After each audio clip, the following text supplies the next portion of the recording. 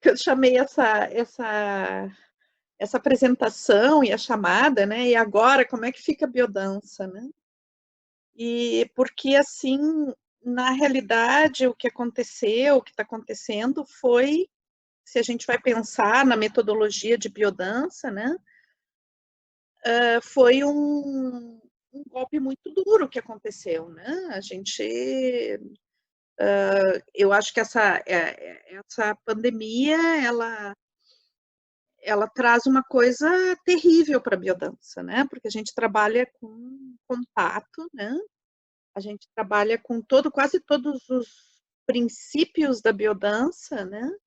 Eles ficam impossibilitados com a questão das restrições que a pandemia traz, né? Então, a gente sabe que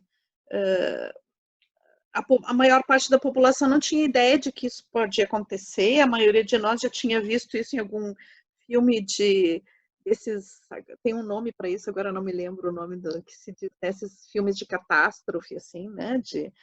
Então, que acabar a humanidade com algumas das formas de acabar a humanidade era com uma pandemia, né? Então, bom, a gente não vai acabar a humanidade, né? E eu acredito que a gente não vai acabar a biodança também, mas assim, que os cientistas, né, eles sabiam que existia uma possibilidade grande, né, que era uma questão de tempo disso acontecer. Hoje em dia a gente sabe que sabiam. E eu acho que a grande preocupação, né, é que, na realidade, pode ser que não seja a única vez que isso aconteça, né? Pode ser que a gente tenha esses ciclos outras vezes, né? Então, primeira coisa é saber que também não é a primeira vez na história da humanidade que se tem uma pandemia, né? Então, dentro de toda a história da humanidade, houve pandemias, houve períodos de reclusão, mas talvez a gente não tivesse, nesses períodos onde houve isso, né? A gente não tivesse a capacidade que temos hoje de ver o mundo inteiro, né? Como é que age o mundo inteiro junto, né? Essa coisa de a gente saber o que está acontecendo no Japão, o que está acontecendo na Alemanha, o que está acontecendo na África, né? Então a gente tem um mundo globalizado e assim o mundo globalizado faz com que a gente distribua mais rapidamente essa pandemia, né? Ela circule mais rapidamente. E, por outro lado, também ela faz com que a gente veja também os, os resultados dela mais rapidamente em todo mundo, né? E a noção de que isso se espalha por todo mundo. Às vezes eu fico me lembrando dos estudos que a gente faz dentro dos aspectos biológicos, né? Da Lynn Margulis, né? Que a gente falava dessa teia mundial que existe entre as bactérias e, pelo jeito, com os vírus é mais potente ainda a coisa, né? Então, bom, eu acredito que sim, que a gente pode, assim como a biodança não é a única profissão que foi atingida duramente, né? Mas eu acho que foi realmente o golpe é muito duro, né? É muito difícil. Acho que todos os facilitadores de biodança estão muito preocupados nesse momento. Tem um movimento mundial de facilitadores que estão trocando, vendo como fazer, né? Mas o que acontece de fato é que também a biodança em si, pelos aspectos fisiológicos, pelos aspectos emocionais, ela é impraticável pela internet. Por mais que a gente tente fazer coisas semelhantes, né? O que a gente pode fazer é trazer propostas, né, que tenham dentro da sua estrutura um cunho biocêntrico, isso é possível, né? Mas a aula de biodança em si não, porque todos os aspectos fisiológicos da aula ficam, digamos que capengas, né? Porque não tem como. né? E a reação que existe frente à presença de outras pessoas, à presença de um grupo, é insubstituível, né? Não tem como fazer isso sem pela internet, né? A carícia de uma pessoa, o contato com uma pessoa, ele só existe na presença real do outro, né? Mas o que nos toca agora é isso, né? Então, na realidade, a gente vai ter que construir criativamente formas de adaptação, trazer um novo momento, né? Quais são os riscos da biodança? A biodança pode desaparecer, né? Eu acho que não, pessoal. Sinceramente, eu acho que não, porque nós temos uma metodologia, né, que, que é essencial, né? Então, por um lado, eu acho que a gente vai estar trabalhando com duas emoções muito potentes, né? Já está trabalhando com isso. Uma que é o medo, né? O medo do contato, o medo do outro, né? Que isso está se tornando uma coisa muito forte, né? Então, eu faz uns 40 e poucos dias que eu não saio, que eu não boto o pé na rua, né? Então, eu tenho notícias pelo Marco, que é ele que sai para fazer compras, etc. Né? Mas, assim, falando com as pessoas e tudo, eu sei que essa sensação de medo, né, em relação ao outro, é uma coisa que tá tomando conta das pessoas, né? Então, essa desconfiança de que o outro pode me trazer o vírus, essa desconfiança que o outro pode me trazer a morte, né? Ou a doença, ou a desconfiança de si mesmo, será que eu estou infectado e que eu posso levar para o outro? E, por outro lado, também a grande falta de cuidado, a grande manipulação que existe no nosso país nesse momento, né? Eu não quero entrar em questões políticas, eu acho que não é o caso, mas a gente está vivendo, especialmente no Brasil, uma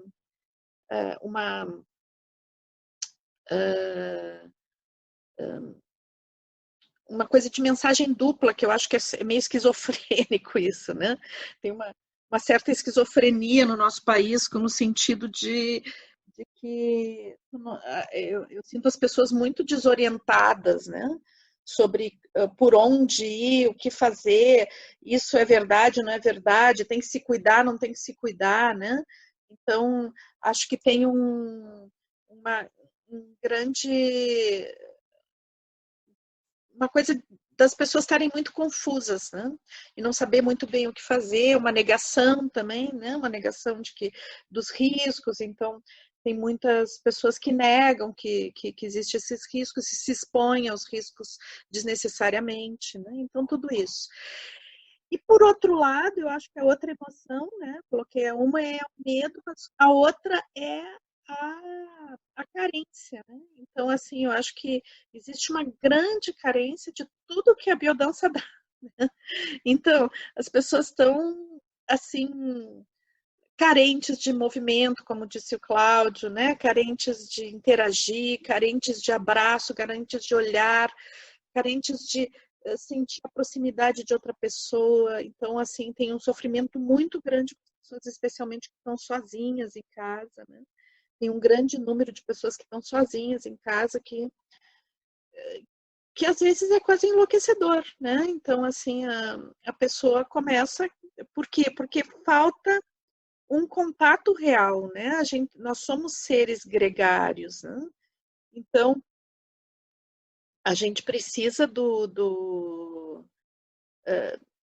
de ter essa relação com as pessoas, né? Então, acho que essas são dois aspectos, né? Que, que eu acho que a gente tem que contar, né? Para isso que a gente está conversando. Então, por isso que eu acho que, tanto na questão do medo, quanto na questão da carência, a biodança pode ser útil, né? E eu acho difícil que a biodança pereça justamente porque ela trabalha com questões essenciais para o ser humano. Tá? Então, acho que esse risco a gente não tem. Agora sim, acho que a gente vai ter que adaptar o nosso trabalho, né? De uma forma bastante estudada, e eu acho que esse tipo de encontro que a gente está fazendo hoje, e que as pessoas estão fazendo no mundo inteiro, né? Eu acho que a reflexão principal que eu tenho visto pelo movimento de biodança, né, é a questão de a gente trabalhar em 3 fases, né? A gente está trabalhando, tá na, na questão da a gente poderia dizer que a gente está numa fase 1 nesse momento, tá? O que é a fase 1? A gente está em confinamento, pode ser aqui no Brasil que isso piore ainda, que a gente fique mais tempo. Algumas cidades pode ser que isso fique mais restrito ainda, né? Então, e as nossas possibilidades de encontro estão se resumindo ao encontro virtual, né? Eu acho que é isso que está acontecendo no mundo inteiro agora, né? E tem vários facilitadores tentando metodologias diferentes de como fazer esses encontros virtuais, tá? Então, acho que a primeira coisa que eu vi, que assim, logo que saiu, logo que começou a questão dessa restrição, teve inclusive muita publicidade, coisa na internet de biodança virtual, né? Então teve uns aulões, lá se eu com 300, 400, 500 pessoas, né? E isso sim, foi visto no movimento mundial de biodança como uma coisa de muito risco, né? Por quê? Porque justamente pela percepção de que a biodança não tem como ser virtual, né? E abrindo um precedente para algo que poderia se perpetuar depois, mesmo depois da pandemia, né? Se perpetuar e colocar a própria metodologia de biodança em grande risco.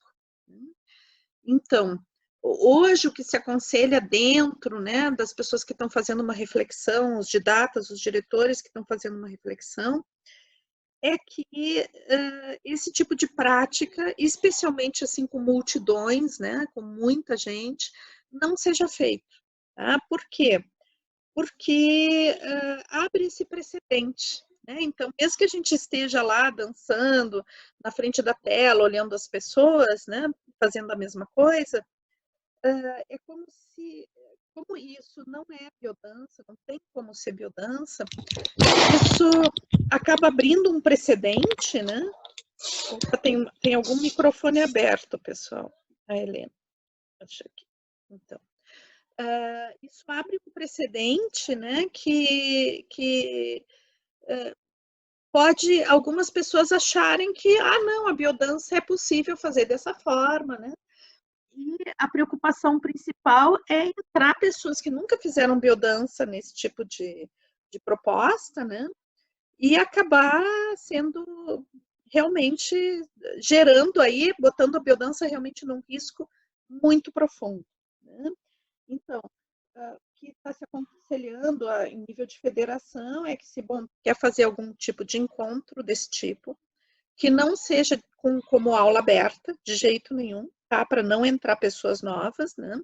Só, tipo assim, para matar a saudade de quem biodança, né? Mas, assim, não trazer pessoas novas e não chamar de biodança, tá? Então, assim, é a orientação que a federação dá, né? Agora, eu acho que tem uma série de pessoas construindo outros tipos de trabalho que são bem interessantes, tá? Então, que são propostas que têm a ver com conversa, com reflexão, com alguns exercícios pontuais, que também não pode ser chamado de biodança, tá? Mas que tem uma orientação biocêntrica bem forte, tá? Então, que é a proposta de grupos de estudo, a proposta de grupos onde a gente possa usar algumas dinâmicas de conversa, algumas dinâmicas de troca, a proposta de algumas vivências, que pode ser ali no momento onde as pessoas estão encontrando, ou depois, né? Então, eu quero contar um pouquinho como é que eu estou trabalhando, porque o exemplo que eu posso dar é o meu, né? mas como uma inspiração, assim, como uma possibilidade de que vocês pensem que existem outras formas de se fazer, tá? Então, eu não comecei a trabalhar imediatamente, né? Logo depois que fechou, né? Porque eu achei que eu não sabia como trabalhar, eu não queria, não sabia o que fazer, né? E daí eu digo, não, vou deixar, não, deixei, não dei continuidade imediata, não reuni os grupos imediatamente, porque para mim estava uma coisa assim, bah, mas o que que eu vou fazer? Eu não sei o que fazer com as pessoas, né? Reunir só para a gente falar e coisa, acho legal, mas será que é isso mesmo? Daí tá, deixei amadurecer um pouquinho, fui vendo assim um pouquinho o que alguns colegas estavam fazendo, entrei em alguns trabalhos, né, de alguns colegas, entrei numa dessas aulas gigantes, né, não gostei, não me senti bem, né, achei estranho. Mas daí um dia me veio, né, me veio assim dentro porque cada um dos grupos que eu tinha estava trabalhando sobre um livro, então eu digo, eu vou trabalhar sobre os livros. E daí então comecei, eu não peguei do ponto de que a gente tinha parado no presencial, comecei do início novamente, porque era uma proposta diferente, né? E daí divulguei, veio bastante pessoas, não só dos grupos que eu estava trabalhando, mas foi uma experiência muito legal, está sendo uma experiência muito legal, porque tem gente do mundo inteiro participando, né? Porque isso, digamos que os grupos, quando eles são pela internet, desculpe, os grupos, quando eles são pela internet, eles, né, possibilitam pessoas de vários lugares do mundo participar, então cada um desses grupos tem pessoas de várias regiões do mundo participando, que foi bem legal, né? Tá dando uma chance assim para a gente trocar num nível que eu não imaginava, né? Então isso assim foi bem legal. E daí o que eu estou fazendo assim trazer a cada semana um capítulo do livro, né? As pessoas podem ou não ler, mas eu aconselho que leiam, né, aquele capítulo. Daí eu faço isso que eu estou fazendo aqui com vocês, faço uma pequena apresentação, né? E depois depois de cada uma dessas apresentações, eu abro para a gente conversar, né? E daí, depois, durante a semana, eu mando alguma proposta vivencial para os grupos fazerem. Eu mando um vídeo que não fica na internet, né? Um vídeo para casa das pessoas por WeTransfer, onde eu converso com elas e proponho algumas atividades, né? Essas atividades às vezes são danças, que tem a ver com a biodança, né? Às vezes não, às vezes é alguma coisa. Como eu trabalhei muitos anos, né? Já está há 3 anos que eu trabalho com o grupo de criatividade, então eu tenho um monte de ferramentas aí que eu fui inventando e criando para propor para as pessoas coisas interessantes que também são uma espécie de dança, mas só que vai num outro nível, né? Sempre estou trabalhando com música, né? Então, independente da proposta que eu faço, em geral, com raras exceções, elas têm música junto, com semântica musical muito bem selecionada para que gere vivências, né? Então, tenho trabalhado assim, né? E eu acho, assim, eu tô feliz com, assim, com o que eu tô fazendo, tá sendo bem gostoso. E eu creio que um dos objetivos que era manter as pessoas num processo, né? Num processo de crescimento pessoal, num processo de autorreflexão, num processo de desenvolvimento, está acontecendo, né? E também está sendo um espaço onde as pessoas podem trocar alguns sentimentos, né? Um espaço de troca de emoções, sentimentos. Então, tem uma coisa, uma relação que está se formando entre essas pessoas, né? Que é uma coisa assim que a gente acha, não, virtual não vai dar. Olha, é surpreendente, as pessoas se emocionam, as pessoas se, se relacionam, então, bem legal, acho que tá gostoso de fazer, né? E outra proposta que eu fiz aqui, que vocês participaram, muitos de vocês, foi essa coisa de manter as pessoas juntas com os vídeos, né? Com propostas de vídeo, então a gente fazer tal coisa juntos, né? outra coisa juntos. E foi que a gente começou com uma dança, depois a gente fez uma coisa de uma mensagem para o Dia da Biodança e depois o vídeo dos olhares, né? O vídeo dos olhares foi uma coisa assim muito impactante num nível mundial, as pessoas gostaram muito, tanto que me convidaram daí para fazer isso para os diretores de escola. Então, agora eu estou organizando um vídeo com os olhares dos diretores de escola. Então, são propostas, eu acho que é um momento assim de muita criatividade, né, que a gente tem que usar a criatividade, mas é um momento também que a gente tem que ter muito claro o que é biodança, né? Então, para não fugir de princípios básicos da biodança, né? Então, não virar em outra coisa, né? É muito delicado isso. Então, também é um momento de que vocês, acho que aqui a gente tem algumas pessoas que são facilitadores, né? Outras pessoas são pessoas que fazem biodança e que estudam biodança e que estão na fase de formação. Então, acho que é um momento assim também de aproveitar para ampliar os seus estudos, né? Para conhecer mais, porque é um momento que é delicado. Tu tem que saber muito bem o que é para poder propor coisas diferentes. E agora não tem como, tem que ser coisas diferentes, né? A gente tem que criar coisas diferentes, mas saber muito bem onde a gente está pisando no sentido dos princípios da biodança, né? Então, não sair desses princípios, mesmo que a gente não esteja chamando de biodança, mas metodologias com orientação biocêntrica. Então, que essas orientações biocêntricas? É justamente esses princípios que a gente tem que ter claro, né? Bom, particularmente para mim, assim, como Mirtes, né, eu sinto que é um momento onde eu estou tendo que fazer um esforço pessoal grande, né, de síntese de tudo que eu já aprendi na minha vida, né? Então, todas as coisas que eu já aprendi, de que eu já estudei, que elas estão servindo nesse momento, né? Elas estão servindo para que eu possa criar algumas coisas novas e propor algumas coisas novas. E eu acredito que cada um de vocês tem essa capacidade, né? Se valorizar os seus potenciais, né? Se valorizar a sua presença, os seus potenciais. É um momento também de síntese. Buenas. Daí a gente vai ter um momento onde vai começar a voltar, né?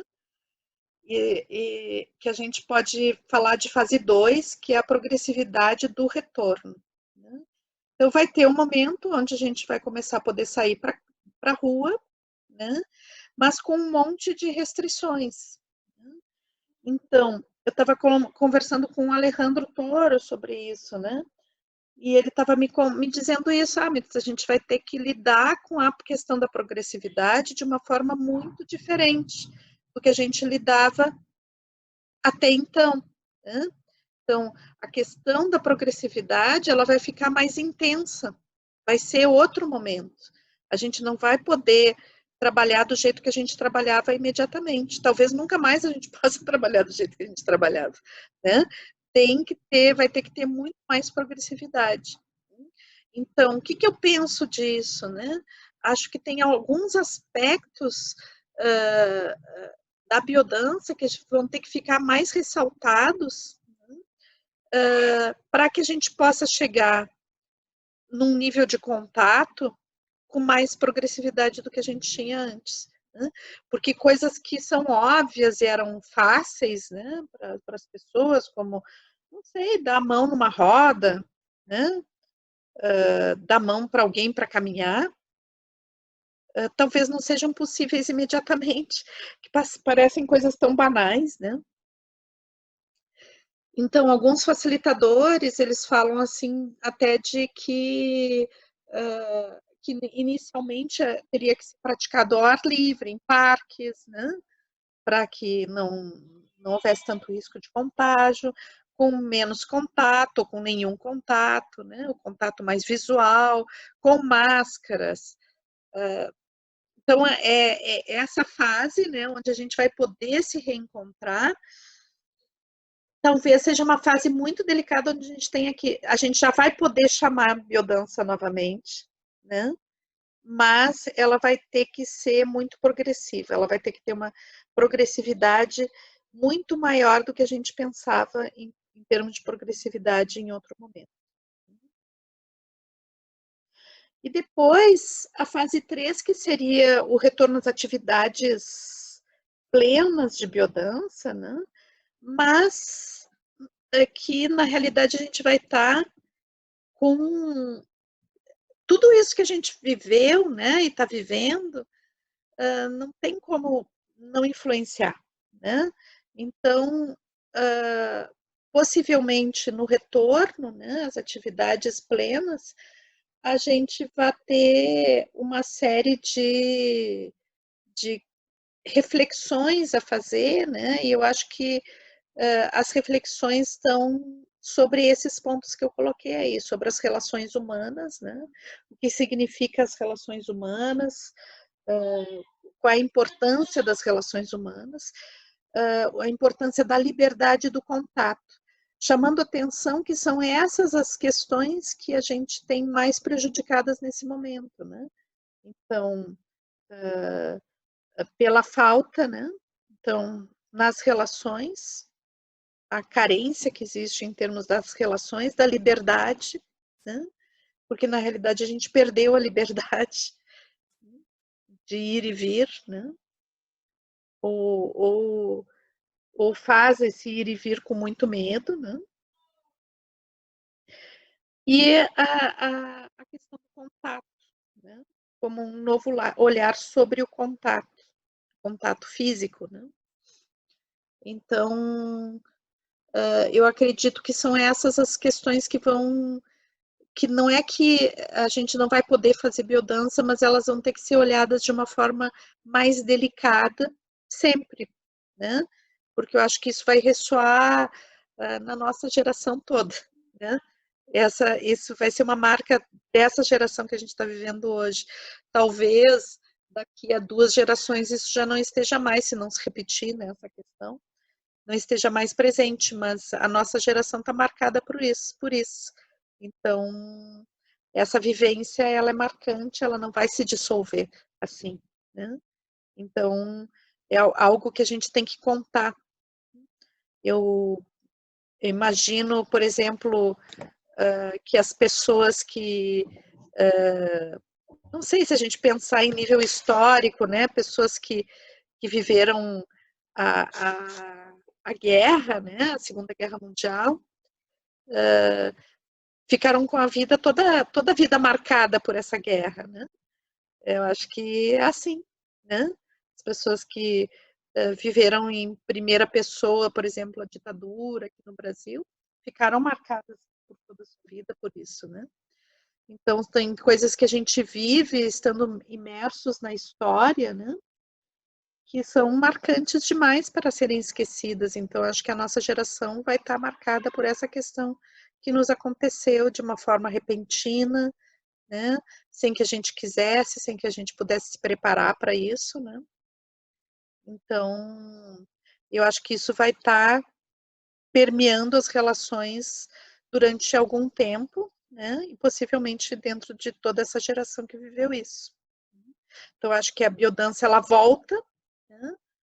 Ela volta, mas como a biodança que a gente praticou até então, né? Mas permeada por isso, né? Como se isso estivesse permeando que antes não permeava. Tem um dado novo aí que tem que ser contado. Então, para quem, né, quer voltar à normalidade, né? Pode ser que a gente volte à normalidade, mas a normalidade vai ser outra, não vai ser a mesma que era, né? Então, pessoal, o que eu penso desse momento, né? A gente tem que ter fluidez, adaptabilidade, criatividade, sem perder a identidade do sistema. Essa, eu acho que é a mensagem principal que eu quero trazer para vocês, né? De que esses são os fatores que eu acredito que devem estar presentes, né? dentro das nossas reflexões e das nossas práticas, e mesmo para quem ainda não dá aula de biodança, né, dentro de qualquer prática que vocês vão buscar, tá? Então, se vocês buscarem tá apoiados ou tá entrando em alguma proposta que algum facilitador faça, né, que vocês possam estar atentos a isso, né, que tenha que claro que a pessoa vai estar buscando fluir, se adaptar e ser criativa, mas ela não pode perder a identidade do sistema. Senão vocês estão fazendo outra coisa que não é biodança, né?